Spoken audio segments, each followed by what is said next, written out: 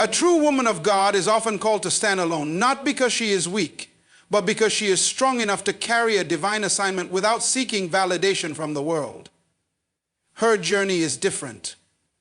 She walks a path that few understand, and at times it feels as though the weight of the world is on her shoulders. But in this solitude, she discovers a strength that cannot be broken. Being alone does not mean being abandoned. It means being set apart for something greater. Many people seek comfort in crowds, needing the applause and approval of others to feel significant. But a woman of God understands that her validation comes from a higher place. She does not need the world to confirm what God has already declared over her life. There will be moments when the silence feels heavy, when she longs for someone to understand her struggle, yet no one seems to. These are the moments that shape her, teaching her to rely on God completely. Every great woman of faith had to walk through a season where she stood alone, trusting in the unseen, believing in the impossible, and pushing forward when everything told her to stop. Her strength is not in numbers, but in her unwavering faith. She does not need an army to win her battles. Her prayers are enough. She does not need recognition to feel valued. Her obedience is enough. The strength of a woman of God is not measured by who stands with her, but by how firmly she stands even when she stands alone. And though the world may not always see her fight, heaven does. God does. And that is enough. When a woman of God faces relentless battles, it is not because she is weak. It is because she carries something powerful. The enemy does not waste time attacking what has no value. The struggles she endures, the unexpected betrayals, the silent nights filled with tears, these are not signs of defeat. They are proof that she is a threat to darkness. The greater the calling, the greater the opposition. When God places something extraordinary inside her, the enemy fights to stop it before it manifests. Every obstacle, every challenge, and every moment of discouragement is an attempt to break her spirit before she steps into the fullness of her purpose. But what the enemy does not realize is that every attack only makes her stronger. Her battles do not define her, they reveal her strength. There are days when she feels exhausted, moments when she wonders if she can take another step, but she does. She keeps moving, keeps praying, keeps believing, and that persistence is what makes her unstoppable. It is in the fire that gold is refined. It is in the crushing that oil is produced. The attacks she faces are not meant to destroy her, but to elevate her. They teach her endurance, sharpen her wisdom, and deepen her reliance on God. The very thing meant to break her becomes the thing that builds her. So when she finds herself under attack, she must remember, this is not happening to her. It is happening for her. She is not being buried. She is being planted. And when the time comes, she will rise stronger, wiser, and more anointed than ever before. A woman of God who fights alone is a woman who stands in faith even when everything around her tells her to give up. She does not rely on what she sees, but on what she believes.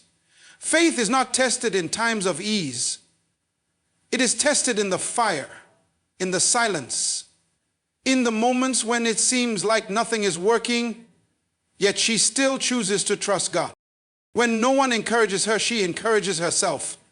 When no one prays for her, she lifts her own voice in prayer. When doubt tries to creep in, she reminds herself of the promises of God. She does not need the approval of the world because she has the approval of heaven. While others may require constant reassurance, she moves forward knowing that her steps are ordered by the Lord. Her faith is what keeps her standing. It is what separates her from the rest. The world looks for visible proof before believing, but she believes before she sees. She walks in obedience even when she does not understand. She sows in tears, knowing she will reap in joy. She fights battles in the spirit long before she sees the victory in the physical. There will be moments when fear whispers that she is alone, that her faith is in vain, that she should surrender, but she refuses to listen. She understands that faith is not about feeling, it is about trusting. And as long as she trusts, she cannot be defeated. She does not need an audience, applause, or recognition. She needs only one thing: unshakable faith. Because with faith, she can move mountains. With faith, she can stand through storms. And with faith, she will always rise. A woman of God understands that loneliness is not a sign of abandonment, but a tool of preparation. There are seasons in her life when she feels isolated, when the people she once depended on are no longer there, and when the voices that once encouraged her have fallen silent. It is in these moments that God is doing His greatest work in her. He is removing distractions, stripping away the unnecessary, and drawing her closer to Him. When God has a special calling on her life, He will separate her for a time. This separation is not to punish her, but to refine her.